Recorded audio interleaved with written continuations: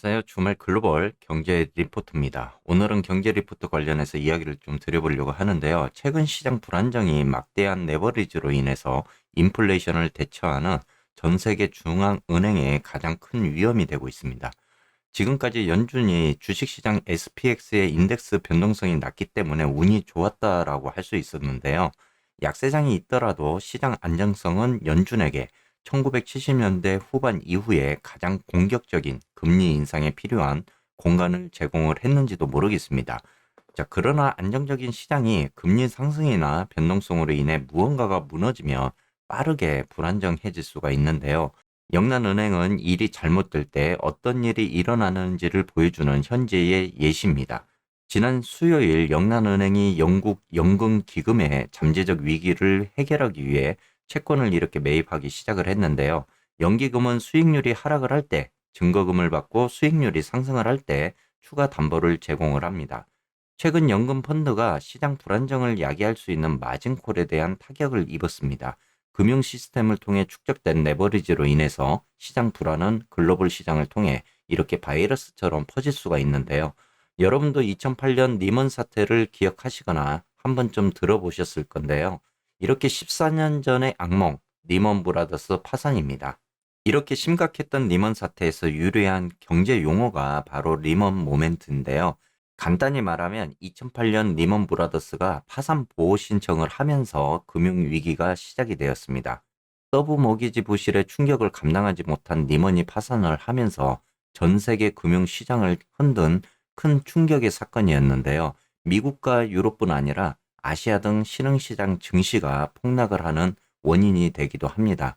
이러한 위기가 다른 나라까지 전염병처럼 확산될 수 있다는 두려움을 가리키는 그런 경제 용어를 뜻하기도 합니다. 지금의 코로나가 발생을 해서 전 세계를 위협한 것처럼요. 이렇게 연준이 급등하는 인플레이션을 진압하기 위한 공격적인 캠페인에 전념하고 있다라고 이렇게 밝히기도 했습니다. 자, 제롬 파월 의장은 8월 잭슨홀 미팅에서 다음과 같이 말을 하기도 했죠. 물가 안정 회복에 실패하면 훨씬 더 큰 고통을 의미를 할 것이다. 그럼에도 불구하고 연준은 경기 침체를 일으키고 싶지는 않습니다. 자, 그것은 두 가지 이유로 도전이 될 수가 있는데요. 첫 번째로 연준은 고용과 같이 향후 수정될 가능성이 높은 후행 경제 데이터에 계속 집중을 하고 있는 모습입니다. 자, 두 번째는 통화 정책의 변화는 앞으로 9개월에서 12개월이 지나야 경제에 보통 나타나는데요. 따라서 연준이 후행 경제 지표를 바탕으로 금리를 인상함에 따라서 정책적인 실수의 위험이 높아지고 있는 상황이라고 이렇게 볼 수가 있습니다. 경제 지표가 악화될 때까지 이전의 금리 인상은 아직 경제에 영향을 미치지 않기 때문에 결국에 가서는 경기 침체를 심화시키기도 합니다. 자, 도표처럼 연방기금 금리의 연간 변화율은 현재 기록적인 수준인데요. 그러나 이전의 모든 요금 인상 캠페인에 경기 침체 또는 약세장 또는 기타 경제 이벤트로 이어지는 이런 모습을 보여주고 있습니다. 긴축 통화 정책과 경제 성장에 미치는 영향에 기여를 하는 이런 모습인데 금리 인상과 자산 가격 하락 또는 달러 급등과 같은 다른 요인들이 연준의 이런 정책 캠페인과 일치를 하면 시장은 불안정성이 높아지는 그런 모습입니다. 연준이 부분적으로 뒤처진 경제 데이터를 보고 있기 때문에 인플레이션에 대한 전방 추정치는 빠르게 하락을 하면서 유동성이 고갈이 되면서 경제가 흔들리고 있기 때문입니다. 자, 도표처럼 5년 손익분기 인플레이션과 CPI입니다. 역사적으로 고가에 대한 최선의 치료법은 고가라는 말이 있습니다. 자, 다시 말해서 인플레이션은 높은 비용이 소비를 줄임으로써 저절로 해결될 것이다. 이렇게 볼 수가 있는데요.